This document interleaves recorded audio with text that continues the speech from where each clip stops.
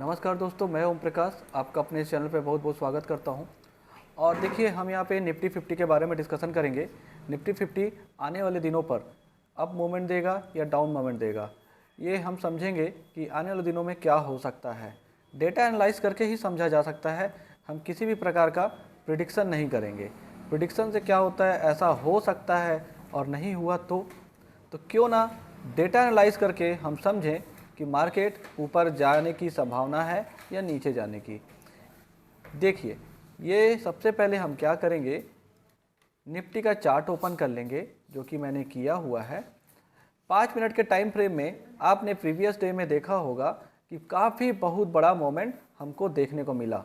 लगभग ये जो मोमेंट था, अगर इसको हम मेज़रमेंट करके देखें, स्केल लगा के देखें, तो कितना मोमेंट था, लगभग 180 पॉइंट का प्लस, मतलब अपसाइड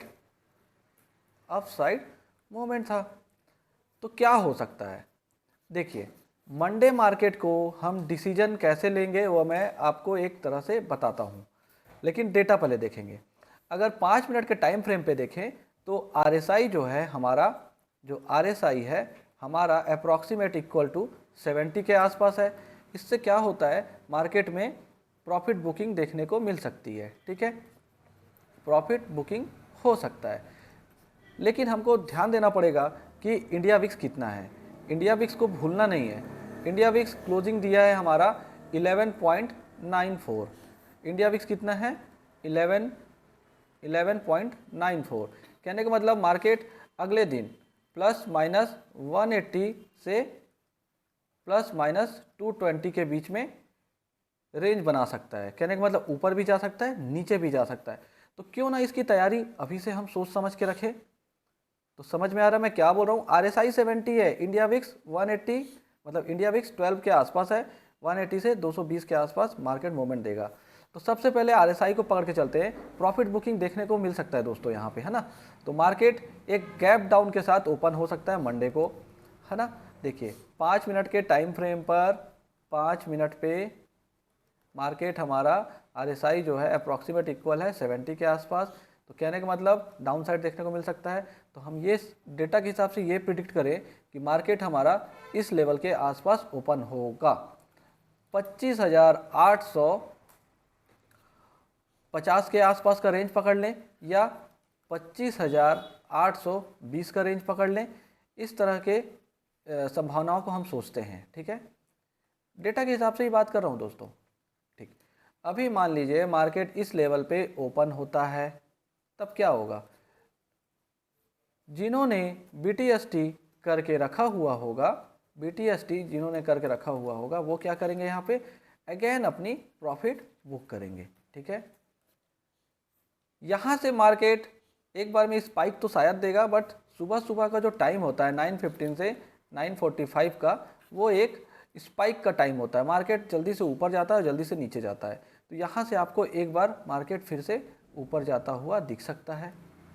ठीक है, उसके बाद मार्केट थोड़ा देर साइडवेज हो सकता है, क्योंकि ये डिसीजन लेगा। इस समय जो बड़े प्लेयर होते हैं, है ना, जो बड़े प्लेयर होते हैं वो अपना पोजीशन बनाना चालू करते हैं मार्केट पर। तो हम यहाँ पर RSI को भी ध्यान देंगे, ठीक, OI को भी ध्यान देंगे, उस समय क्या हो रहा है।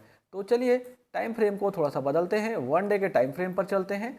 अब देखिए क्या हो रहा है, मैं चीज़ों को डिलीट करता हूँ। अभी देखिए 1 डे के टाइम फ्रेम पर मार्केट जो है हमारा एक बहुत ही अच्छे लेवल पर है, लेकिन हमको नहीं भूलना चाहिए इस जोन पे, इस जोन पर और इस जोन पर मार्केट ने क्या लिया है, रिजेक्शन लिया है। ठीक है, और हमारा जो RSI है, RSI क्या है वो बताइए। RSI जो है हमारा पहुंच गया है 62। RSI जो है हमारा 62 के अराउंड है। तो कहने का मतलब मार्केट में अभी भी एक बहुत बड़ा संभावना है कि मार्केट ऊपर जाएगा, लेकिन मंडे को डायरेक्ट ऊपर जाएगा क्या, ऐसा होता है नहीं। मार्केट नीचे खुले जरूर, मार्केट हो सकता है नीचे ओपन हो, और जब लोग बड़े प्लेयर अपनी पोजीशन बनाएंगे तो मार्केट में एक बुलिश मोमेंट दे। ठीक है, वो कैसे आइडेंटिफाई करेंगे वो भी देखते हैं। मैं सबसे पहले OI डेटा को इंट्रोड्यूस करता हूँ आप लोगों के बीच में। देखिए OI डेटा देखने के लिए मैं क्या करता हूँ, सेंसिबल को स्क्रीन पे लाता हूँ और आप लोगों को भी दिखाना चाहता हूँ। देखिए अभी 18 नवंबर का एक्सपायरी को हम छोड़ देते हैं।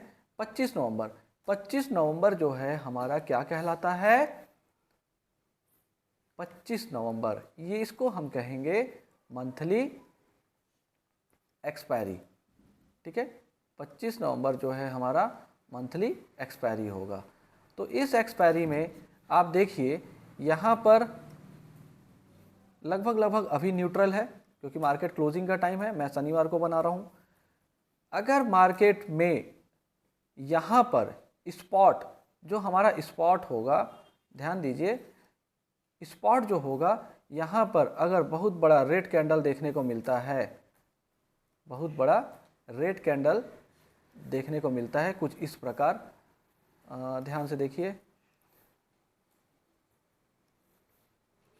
यहाँ पर हमारा स्पॉट पर अगर रेड कैंडल बनता है बड़ा, तब क्या होगा, मार्केट में बुलिश होने की संभावनाएं बढ़ जाती है, प्रोबेबिलिटी बढ़ जाती है। और उस देखिए अभी पीसीआर है हमारा 0.8, यहाँ पर पीसीआर 0.8 से 0.9 हो जाए, 1.0 हो जाए, 1.1 हो जाए, तो समझ जाइएगा कि मार्केट बुलिश होने का सिग्नल दे रहा है।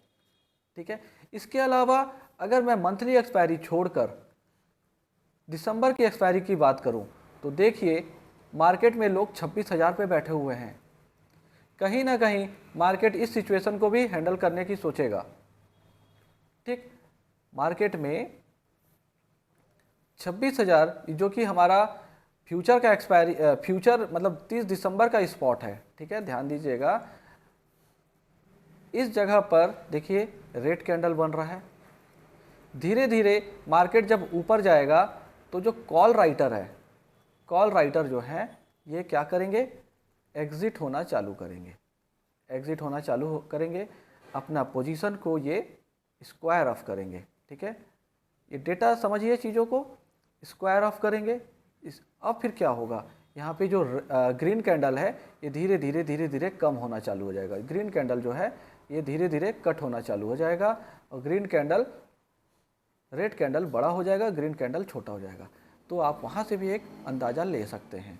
फ्यूचर को देखकर मैं हमेशा बोलता हूँ और कोशिश भी करता हूँ कि मैं आपको समझाऊँ, future expiry versus current expiry. Current expiry में वीकली एक्सपायरी को पकड़ लीजिए, अगर आप निफ्टी में कर रहे हैं तो बैंक निफ्टी में चेंज हो जाएगा डेटा।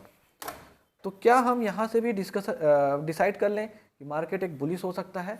बट याद रखिए सीधा सीधा मार्केट नहीं भागता ना, मार्केट हमेशा नीचे आकर फिर ऊपर जाता है क्योंकि इसको अपना बेस बनाना है, यहाँ से इसको अपना सपोर्ट लेते हुए चलना है। ठीक है, तो दोस्तों OI डेटा आपको शायद समझ में आया होगा और मैं समझाने की कोशिश भी कर रहा हूँ। ठीक है, अभी देखिए फिर से मैं अभी 25 नवंबर और 30 दिसंबर को मंथली एक्सपायरी को सेलेक्ट किया हूँ। तो सबसे ज़्यादा पोजीशन बना है 25,900 पर, उसके बाद उससे भी ज़्यादा बड़ा पोजीशन बना है 26,000 पर। अभी आप बहुत गौर से देखिए, जब मैं दोनों मंथली एक्सपायरी को सेलेक्ट कर रहा हूँ तो रेड कैंडल यहाँ पर बड़ा बना हुआ है। इससे डिसीजन निकल रहा है कि मार्केट आज जो स्पॉट में जो भी है, लेकिन फ्यूचर में दिसंबर तक मार्केट अप डायरेक्शन में जाने की बहुत बड़ी संभावना है। डेटा बोल रहा है। मैं किसी भी न्यूज़ के बारे में बात नहीं कर रहा हूँ, न्यूज़ के बारे में बात नहीं कर रहा हूँ कि फेड में ये हुआ, मेरी यूएस फेड का रिपोर्ट ये आया, यूएस का डेटा ये आया, यूएस में शटडाउन ख़त्म हो गया। मैं इन सब चीज़ों के बारे में बात नहीं कर रहा हूँ। डेटा बहुत कुछ बोल देता है, उस बारे पे हम डिस्कशन करते हैं। ठीक है, OI डेटा मेरे ख्याल से आपको समझ में आ गई होगी। मैं OI डेटा को हटाता हूँ और निफ्टी के बारे में ही डिस्कशन करता हूँ। तो हम ये समझ लें कि अब मार्केट एक बार यहाँ पर ओपन हो, ठीक है, और यहाँ पर मार्केट सस्टेन करने के बाद, कुछ समय बिताने के बाद, ध्यान दीजिए, कुछ समय बिताने के बाद हो सकता है कल 10 बजे के बाद, 11 बजे के बाद या 12 बजे के बाद बिताने के बाद मार्केट में अप मूव आए, ठीक है।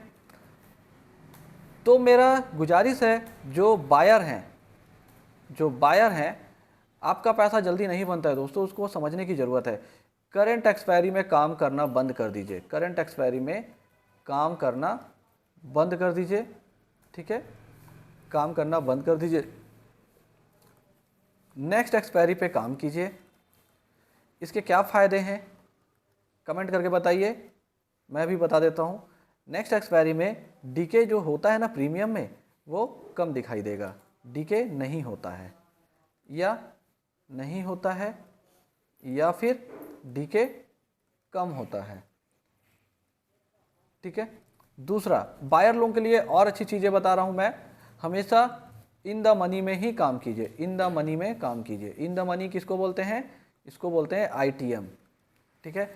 ओटीएम में काम मत कीजिए दोस्तों, ओटीएम में प्रीमियम डीके कुछ ज़्यादा ही तेज़ी से होता है, प्रीमियम डीके फास्ट होता है, ठीक है, तो आपको काफ़ी कुछ झेलना पड़ सकता है। ये हुआ बायर के साइड। अभी देखिए मार्केट एक कैप डाउन देने के साथ साथ इस रेंज में मैं थोड़ा सा चीज़ों को बदलता हूँ। इस रेंज में खेलने के बाद मार्केट एक अप मूव दे और क्लोजिंग 26,000 के ऊपर क्लोजिंग दे दे। फिर अगले दिन मार्केट 26,200 के ऊपर क्लोजिंग दे दे। अगर 26,200 के ऊपर भी क्लोजिंग देता है, मतलब हमारा जो डेटा है वो एकदम सही है और मार्केट जो है बुलिश होने की संभावनाएं बढ़ जाती है। तो वो भी दिन दूर नहीं कि दोस्तों मार्केट एक बहुत बड़ा विशाल मूवमेंट को भी देखने को हमको मिले, ठीक है। मार्केट सीधा सीधा नहीं भागेगा, नीचे आएगा ऊपर जाएगा, नीचे आएगा ऊपर जाएगा, फिर अगेन आफ्टर ऑल उसको ऊपर ही जाना है। तो मेरे चैनल को लाइक कीजिए, सब्सक्राइब कीजिए और डेटा एनालाइज करना सीखिए। यहाँ पर सपोर्ट और रेजिस्टेंस को आप देख लीजिए, यहाँ पे एक रेजिस्टेंस हो सकता है, इसको तोड़ता है मतलब मार्केट बुलिश होने की संभावना बढ़ जाती है। तो 26,200 का जो लेवल है, लेवल बहुत ही इम्पॉर्टेंट है, ठीक है। ठीक है दोस्तों, चैनल को लाइक कीजिए, सब्सक्राइब कीजिए। Thank you so much.